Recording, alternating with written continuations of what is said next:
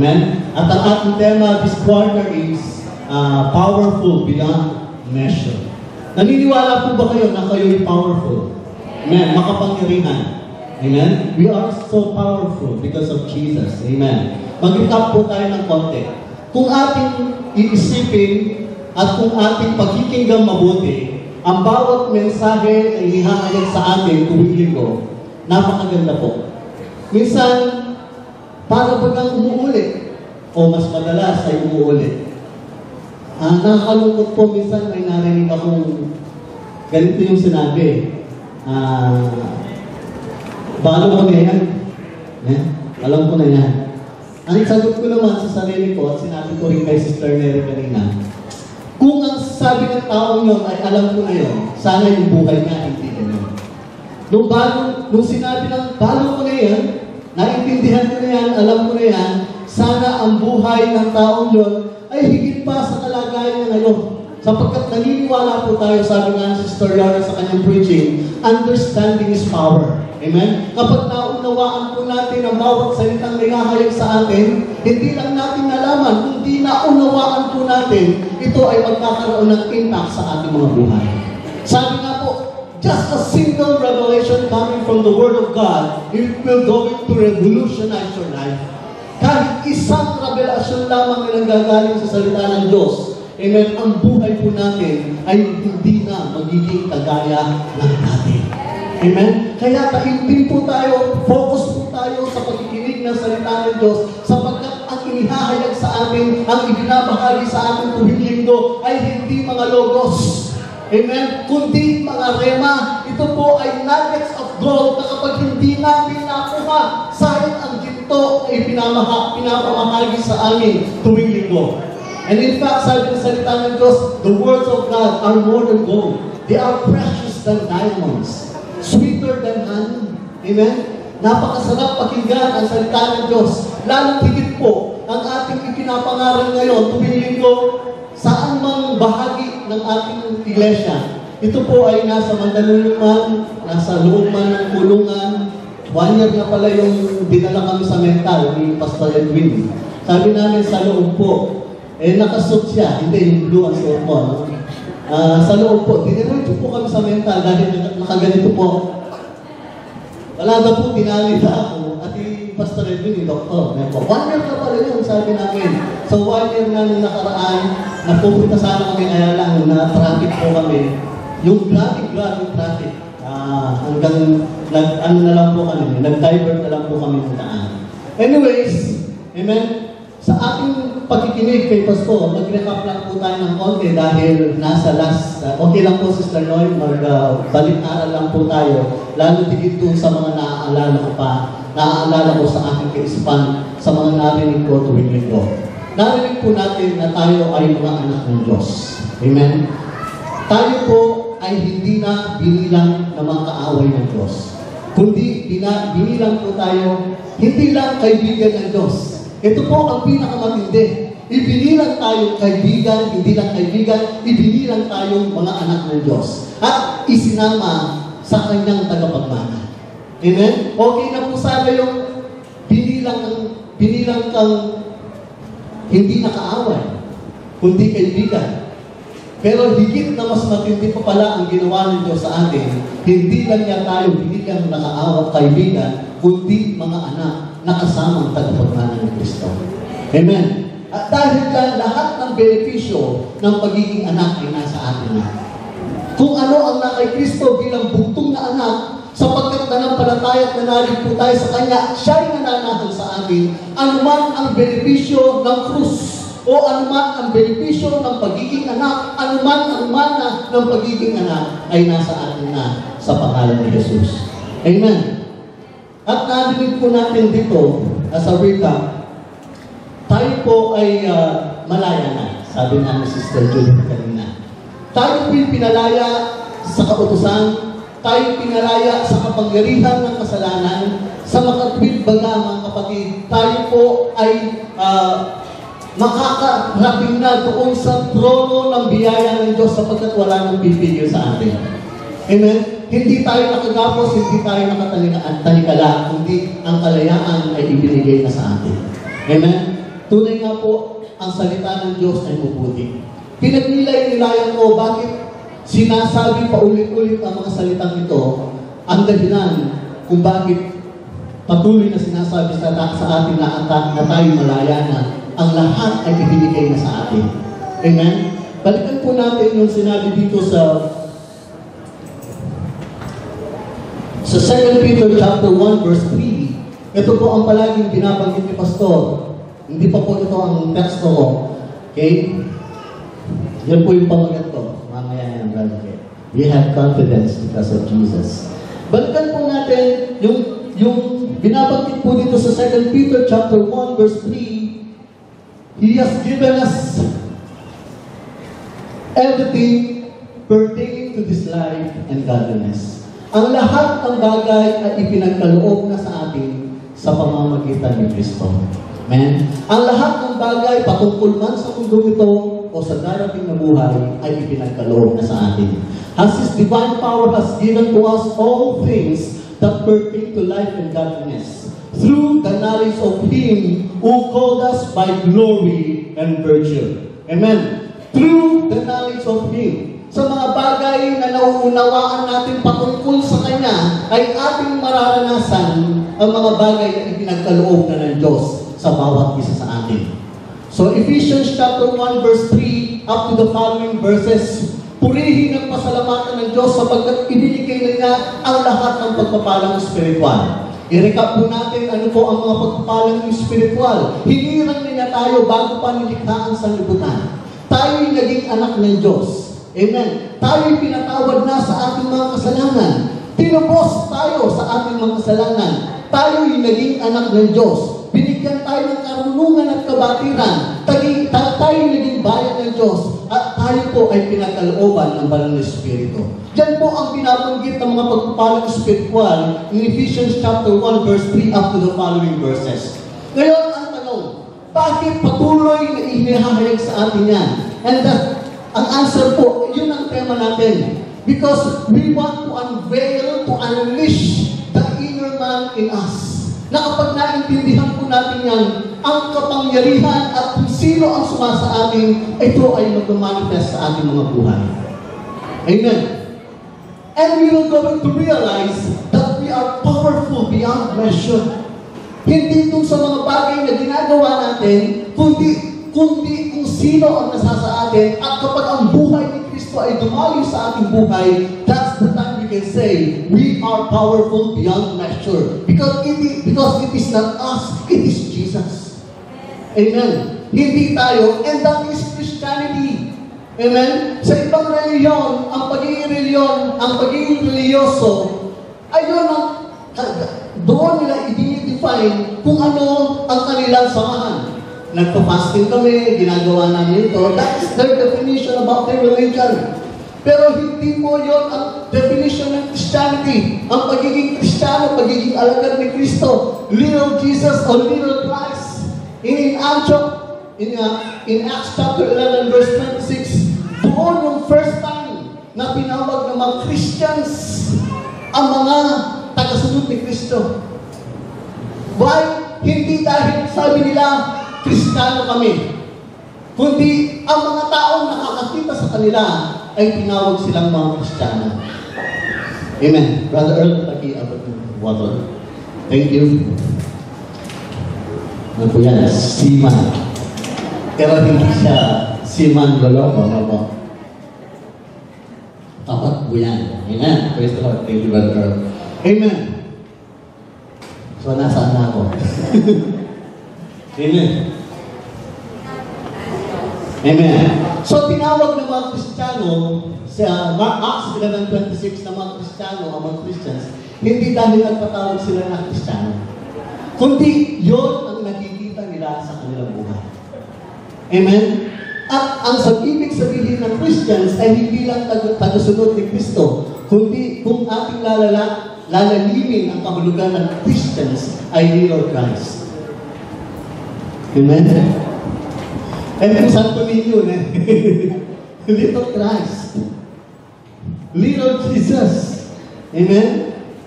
Hindi po yung ibang pastor, hindi na naiisip na eh. We are little Christ, we are little Pero hindi nila sinabing Kristiyano kami, kundi ang mga tao nakakakita sa kanila ang nagsabing sila ay Kristiyano sapagkat ito'y nakikita sa kanilang buhay. Sa patuloy po natin pagkikinig ng mensahe na ganitong mga mensahe ng salita ng Diyos, pwede po natin masabi that my confidence in Jesus ay nabibuild up dahil sa mga katotohanan na naririnig ko sa ating buhay. Kaya tayo kumpiyansa. Sa pagtayo lamang po sa pulpit ito, kung hindi si Jesus ang kumpiyansa mo, kahit may pinag-aralan ka, ay wala kang tapang na tumayo dito. Amen? Magpipilis ka pa naman sa harapan ng mga teachers, ng mga principal, may mga doktor pa tayo dito. Pero ang ipinapangaral po natin dito ay hindi ang mga bagay dito sa sanlibutan, kundi ang ipinapangaral natin dito ay buhay. Kaya nga sabi ni Pastor last Sunday, last 3 Sundays, last Sunday ba yun? Kung ang ating mga hawak-hawak na Biblia ay ating babasahin, parang kung hindi ka Kristiyano at hindi ka pinananahan ng Espiritu ng Kristo, mere letters lang yan. Amen? Kagaya lang ng libro ng history, world history. Kagaya lang ng libro ng Philippine history. Pero dahil po tinanggap natin ang Panginoon Yesus sa ating buhay, yung mga salita na ating nababasa ay nagiging rema. Sila ay may buhay na mga salita ang ating nababasa sapagkat ang Espiritu ng Diyos ang malaking kaibahan sa mga taong nagbabasa ng Biblia pero wala po ang Espiritu ng Diyos sa kanila. Amen? Pero po tayo mga kapatid, lahat ng tumanggap kay Jesus ay magsabi ng Amen. Tumanggap po tayo sa ating Panginoon Yesus and therefore we can say ang Espiritu ng Diyos ay nasa sa atin. Kaya nga naintindihan ang salita ng Diyos. May revelation ako mula sa salita ng Diyos dahil ang Espiritu ng Diyos ang nagpapaunawa sa akin ng kanyang mga salita. Kaya huwag po tayo magtakot every time we approach the throne of God, every time we approach the Word of God. Magkaroon po tayo ng kumpiyansa. Amen? Paano po natin nasabi that we have confidence because of Jesus? In Ephesians chapter 3 verse 12, sabi po niya, buksan po natin kung may Biblia po tayo at basahin po natin dito sa monitor. Wala. In whom we have boldness and access with confidence through faith in Him. And in Hebrews chapter 10 verses 19 to 20, sabi po niya, therefore, brethren, having boldness to enter the holiest by the blood of Jesus, verse 20, by a new and living way, which He consecrated for us through the veil that is His flesh. Amen.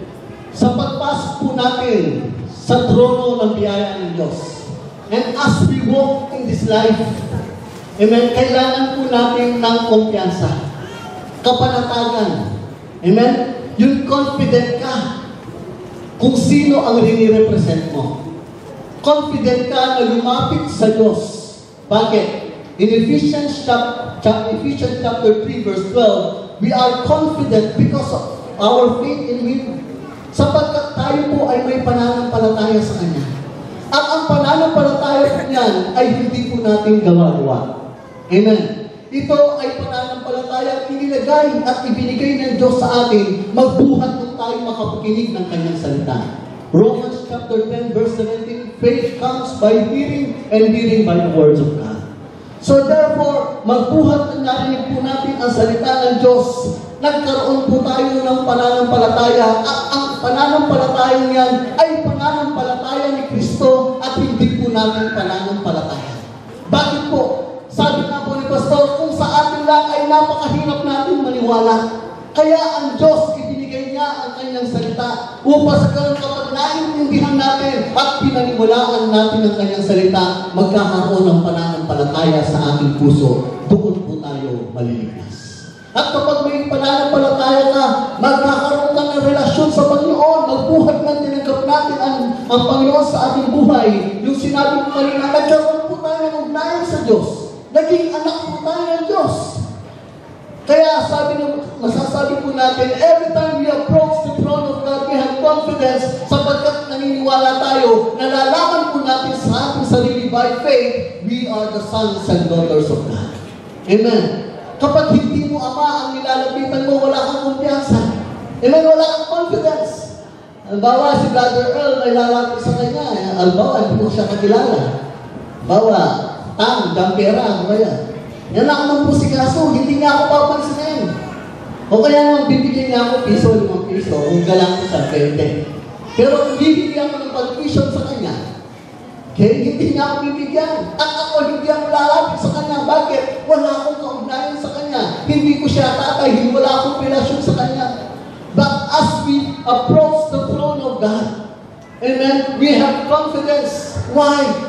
Dahil alam po natin, may kaugnayan tayo sa Diyos. Amen? Kumpiyansa tayo, may kapalatagan tayo. Bakit? Alam natin, pakikinggan tayo ng Diyos na nasa langit. Alam po natin, pakikinggan na tayo ng ating Panginoon. Bakit? Pakikinggan ka dahil sa kanyang buntong na anak. Amen? Isa lang ang buntong na anak. Pero dahil tayo po ay nakipag-isa kay Kristo, ibigay lang tayo niya.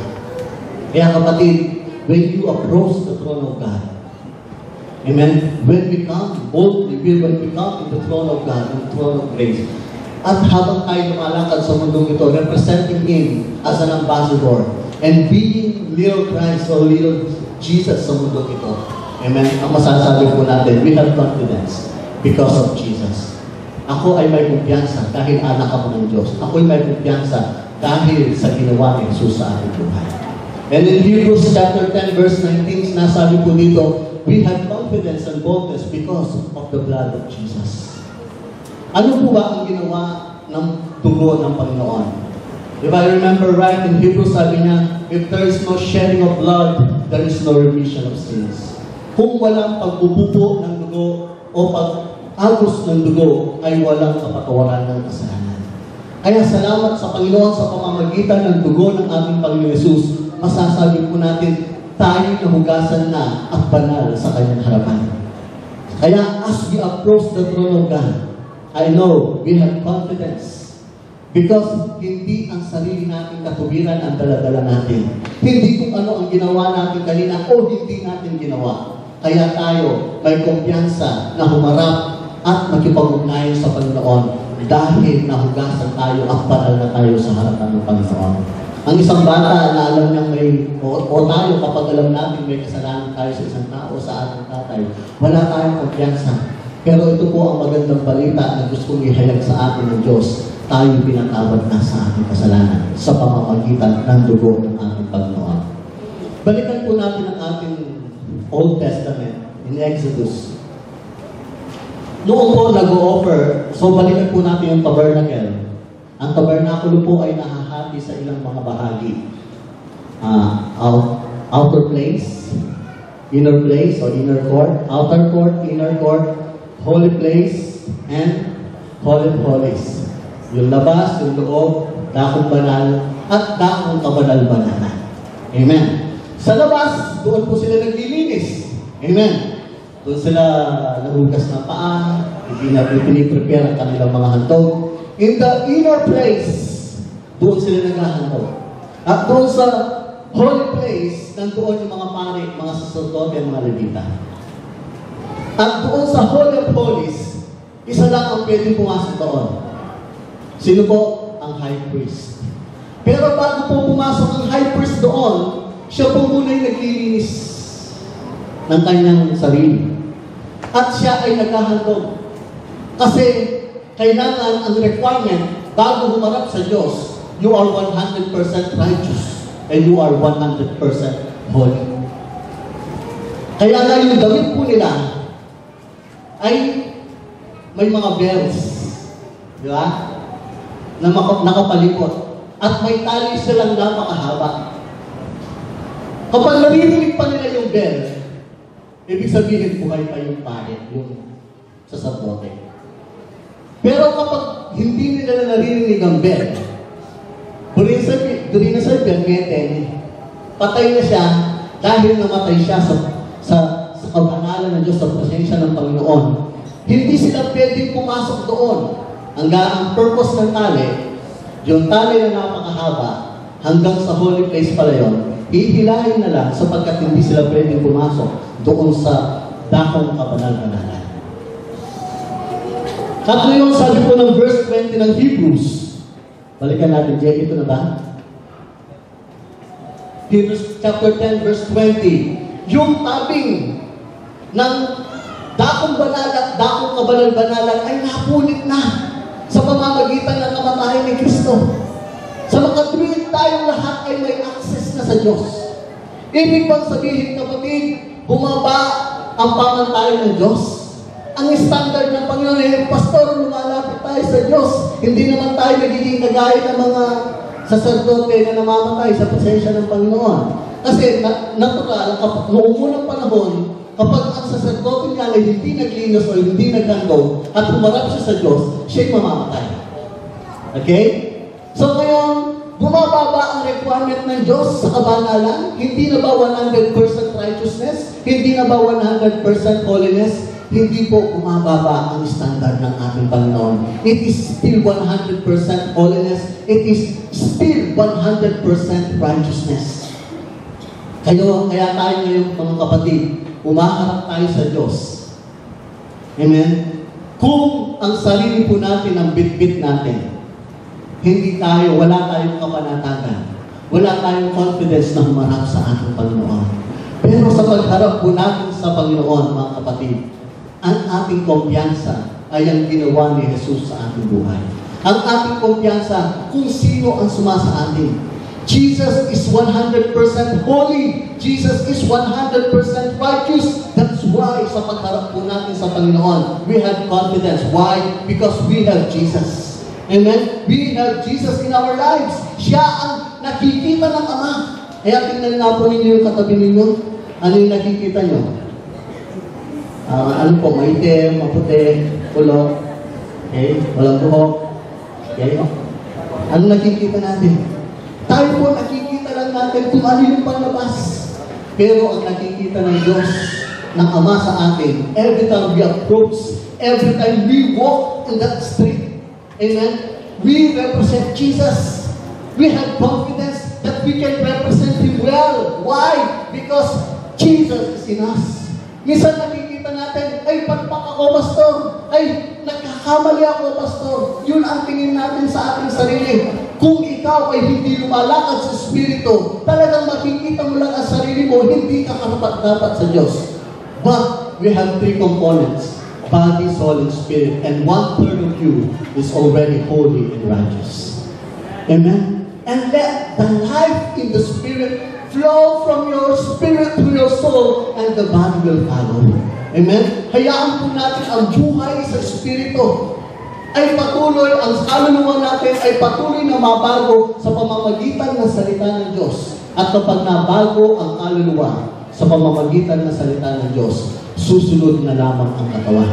And then the healing will follow. And then the miracles will follow. Hindi mo ito gumagawa. Hindi ka nagsisikap para abutin yung mga bagay na imposible at ang Diyos lamang ang nakagagawa. Kundi dahil pinagdadaluyan ka ng buhay ni Kristo, ang mga bagay na imposible at ang mga bagay na hindi mo magagawa ay kusa na lamang lalabas sa iyong buhay.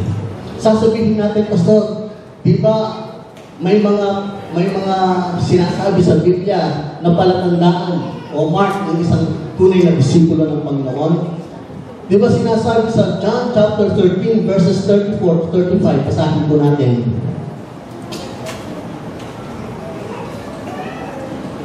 Pastor, hindi po I can't represent Jesus, friend. Wala akong kapanatagan, wala akong kumpiyansa. Again, kung titingin po tayo sa ating sarili at hindi tayo magdadaluyan ng buhay ng ating Panginoon, wala talaga tayo ng kumpiyansa. A new commandment I give to you, that you love one another as I have loved you. That you also love one another. In verse 35, sabi po niya, by this, all will know that you are my disciples if you have love for one another. Amen? Wala po kong nararanasan at nararamdamang pag-ibig. Hindi ako kumpiyansa at wala akong kapanatagan sa paglalakad ko sa mundong ito na I represent Jesus well in my life. Again, kung ito'y pagsisikapan mo lang sa iyong sarili, napakahirap po. Amen? Pero sabi nga ni Pastor, we have Eros, we have Phileo, and we have Agape. Let the love of Christ flow in our hearts by understanding the love of God towards us. Kung gaano tayo mamahal ng ating Panginoon. At hayaan po natin maranasan muna natin ang pagmamahal ng Panginoon. And then we can say, I can love my brother. I can love my sister. Kaya kong mahalin ang aking katabi. Mahal niyo po ba yung katabi niyo? Amen. Mahal niyo po ba yung katabi niyo? Amen. Mahal niyo po ba yung nanay niyo? Mahal niyo po ba yung kaaway niyo? Hindi po natin kaya mahalin, di ba? Pero, ang pag-ibig ng Panginoon na walang kondisyon, ay siya magtuturo sa atin para mahalin po natin ang ating kapwa. Again, it is not you. It is by understanding and receiving the love of God. Ang pwede mo lang ibigay, sabi ng pastor, is Eros. Ang pwede mo lang ibigay is Phileo. But God can give you agape. At ang agape na yan, walang kondisyon. Na hindi mo gagawa, ay, love ko yung aking kaaway. Pinag-pray ko siya kanina. Anong pinag-pray mo? Sana mamatay na siya. Hindi gano'n. Pinag-pray ko na pagpalain siya ng Panginoon. Pinag-pray ko siya, anong pinag-pray mo? Sana kumulaning gabon. Yan ko makanta. Pinag-pray ko siya na pagpalain siya ng Panginoon. At hindi mo gawa-gawa yun. Bakit? Ito ay dumadaloy na lamang sa ating mga buhay. Kaya may mga kapatid po tayo na darapa, nagkakamali. Ngayon, sa kapahayagan ng Diyos na ibinigay sa atin, gusto natin mahalin ang mga ito, pero sinisikap natin, hindi natin kaya. Pero kapag pinagdadaluyan tayo ng pag-ibig ng Panginoon, hindi mo man gawa-gawa na mahalin ang kapwa mo, ito ay kusan lamang lalabas sa iyong buhay. Sabi nga na narinig kong preaching ni Pastor, it is an effortless change. Why? It is the love of God that constrains you. Amen? Ang pag-ibig ng Diyos. Pastor, di ba, yung mga disipulo na mumunga, ako, bungang araw lang po yung sa akin. Pero wala po kung tunay na bunga. Kaya, ala ko kabanatagan na i-represent si Jesus. At gayon din naman, dahil wala akong bunga, wala akong kapanatagan na humarap sa Diyos. Dahil sabi nga dito sa John chapter 15, verse 8, malalaman ng mga tao na kayo'y mga disipulo ko kung kayo ay may bunga. Eh, bungang araw lang na nasa atin. Amen? Nagbilag ka lang, madaling magkabunga. So, again, alalahanin po natin, kailangan po ang mga mabuting gawa, ang mga bunga na yan, ay hindi pinipilit na lumabas. Ito po ay palagi namin tinatalakay sa aming discussion. Sabi po ng salita ng Diyos in John 15, apart from me, you can do nothing. And apart from me, you cannot bear fruit. Kung hiwalay ka sa akin, hindi ka makapamumunga at hindi ka makapamumunga na sagana. Pero kung ikaw ay nakadugtong sa akin, ikaw ay mamumunga at ikaw ay mamumunga na sagana. And the good news is, amen. Sabihin po natin, good news. Ang ito ang mabuting balita, hindi na tayo hiwalay kay Kristo. We are not apart from Christ. We are already attached to Christ. Sabi ng Biblia, ako ang puno, kayo ang mga sanga. Amen? Ang sanga po ay hindi pumipilit na magkakapunga ko, yan na. Hindi po niya pinipilit. Kundi yung sustansya na nanggagaling sa puno ay dumadaloy lamang sa pinakapuno mula sa ilalim ng lupa, tumatagos sa mga branches, sa mga sanga, sa mga dahon, maliliit na sanga, hanggang ito ay nagiging buko, nagiging bulaklak, hanggang ito ay maging bunga. Kung gawa-gawa mo ang mabuting gawa at sasabihin mo, ay, Pastor, may bunga ako. Ang bunga mo, sabi ng salita ng Diyos, hindi yan mananatili. Pero ang bunga na nanggagaling sa buhay na dumadaloy kay Kristo, ito ay hitik at ito ay makakapanatili. Sabi ng mga Bible scholars ang ibang definition nung ano ba yung bunga ng Galatians, ng bunga ng Espiritu. The fruit of the Spirit is love, joy, peace, patience. Bakit hindi mga bunga? Kasi sabi nila, ang bunga daw talaga ay yung pag-ibig. At kung may pag-ibig ka, siguro, it is the agape love of God. Magbubunga ito ng long-suffering. Magbubunga ito ng joy, peace, patience, kindness, gentleness. Amen? Kaya po, pwede po tayong makapabunga, mga kapatid. Tayo po ay naka-atas. Hayaan lang po natin ang pagkaluyan tayo ng buhay ng ating Panginoon. In that sense, nasaan man tayo, nasa eskwelahan man tayo, nasa bahay man tayo, nasa ibang bansa man tayo, nasa community man tayo, amen, we can represent Jesus well.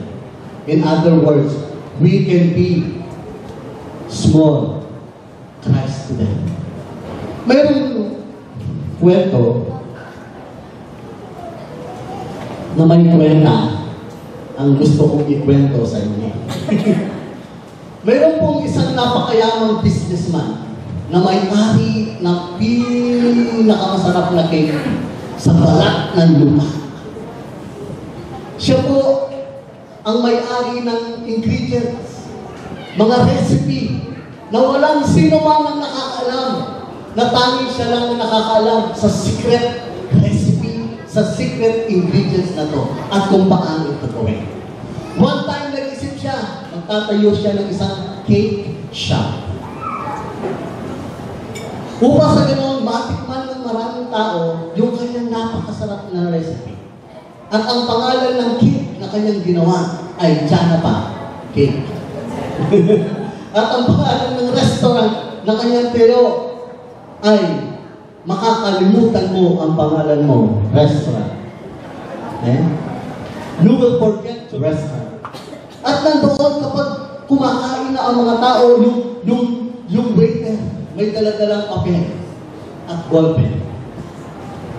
Sabi niya, Sir, bago po kayo kumain, isulat po ninyo yung pangalan niyo dito. O bakit? Kasi po sa sobrang sarap ng aming cake, makakalimutan ninyo yung pangalan niyo. O sige, sulat. Ibulsa po ninyo. Yan, bulsa. At pagkakain nga ng customer, sino ako? Napakasarap na Janapa Cake. At kapag naalala nila, babasahin, Francis pala ang pangalan ka. Pila-pila yung mga tao dahil sa sobrang napakasarap ng cake na yun. Pero ang desire ng may-ari ng secret recipe nyo ay makakain ang maraming tao. Sabi nga nag-suggest, Boss, magtayo po kayo ng mga branches all over the world para makakain ng marami. Pwede, sabi niya, pero gusto ko mas marami pa ang maka-access doon sa masarap na recipe ko at masarap na cake ko. So, mayroon siyang ginawa na hindi kailanman gagawin ng anumang o sino mang businessman. Ang ginawa niya, nagpa-video siya kay Pastor Edwin. Video. In-upload sa YouTube. Yung secret, yung proseso, yung mga recipe, lahat wala siyang itinago. Para sa ganoon, lahat ng mga tao saan man sulok ng mundo, sa bahay man o sa kanilang eskwelahan, isang pindot lang, papanoorin lang nila yung instruction at bibilihin yung mga ingredients. Sila ay makakatikim nung napakasarap na cake. Isang pindot lang, yung Janapa Cake ay matitikman na nila. Amen. Bakit ko po ikinuwento ito? Obviously, ang may-ari ng cake house at may-ari ng napakasarap na ingredients is our God the Father. At ang church, ang cake house.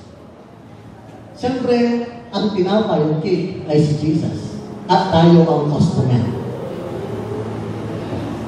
Ang gusto ng Ama ay maraming maka-access at makakain. And they will go and face the Lord. At masasabi na lang, I have tasted the Lord and He is good. Amen. I have tasted the Lord and He is good. Pero ito po ang balita na gusto kong ipahayag sa inyo. Ang gusto ng Panginoon ay dumami tayo. Amen. Ang gusto ng Panginoon ay dalhin natin sa cake house sa mga tao. Amen. Pero hindi yan ang pangunahing gusto niya. Ang pangunahing gusto niya ay dalhin si Kristo sa kanila. At kapag naranasan nila mismo, ay nasaan ba yung pinaka-branch niya? Pupunta sila dito. We will going to bring Jesus to them. And as we bring Jesus to them, we will be like Jesus to them. Amen. Tayo po ay parang magiging Jesus sa kanila. Dahil ang dala-dala po natin, amen, ay mabuting balita ng kaligtasan. Amen. Na ang dala-dala natin ay hindi basta-basta. At sabi po kanina, ito po ay higit pa sa hangin, higit pa sa ginto, at higit pa sa diamond. Amen. Ang gusto ng Diyos, dalhin natin si Jesus sa bawat tahanan. Dalhin natin si Jesus sa bawat sulok. And you represent Christ. At kapag nakita nila ang iyong buhay, they're going to see, I have tasted the Lord, and the Lord is good. Palakpakan po natin ang Panginoon. That's why in John chapter 1 verse 14, the Word became flesh and dwelt among us. There will come a time that people will not no longer satisfied by the words. They would like to see that the Word will become flesh. No wonder in 2 Corinthians chapter 3 verse 2 to 3, Paul said, we are the living epistles. Tayo po ang buhay ng mga letra, buhay ng mga sulat na naglalakad. Pero ang dalangin ko, na hindi lang po tayo manatiling mga letra o sulat, as Jesus sinabi nga, as He is, so are we in this world. The Word became flesh, so the letters written not in the tablets of stones, but in the hearts of men. Amen? Amen? Sabi na, nababasa, nalalaman, known, and read by all men. Nakikita at nababasa tayo ng mga tao. Nawa, darating ang pagkakataon that we are not merely message, saying words about Jesus, but as we, the word that we are saying will become flesh, and the impact of our lives. His life is our message, pero darating ang punto, ang buhay na natin, ang magiging mensahe sa mga tao. Bakit po? Kasi pinagdadaluyan tayo ng buhay ni Kristo. May the words that we utter, sooner o hindi man ngayon at nawa nakikita na sa ating buhay, will become flesh. Magkaroon ng laman, magkaroon ng impact sa buhay ng mga tao. Balikan po natin yung Acts 11:26. Sinabi ng mga tao na sila ay Kristiyano. Hindi nila sinabi, Kristiyano kami, kaya tinawag sila Kristiyano. Sabi ko nga, para malaman mo ang tao ay Kristiyano dahil tumanggap siya kay Kristo. Yung pagiging disipulo at paglalakad doon sa buhay ni Kristo ay hindi niya pwedeng sabihin na ako ay nabubuhay sa buhay ni Kristo na ibinigay sa akin. Tanungin na lang po ninyo si Sister Mary. Amen? Tanungin na lang ninyo yung mga anak natin. Tanungin na lang ang asawa mo. Tanungin na lang yung kapitbahay mo.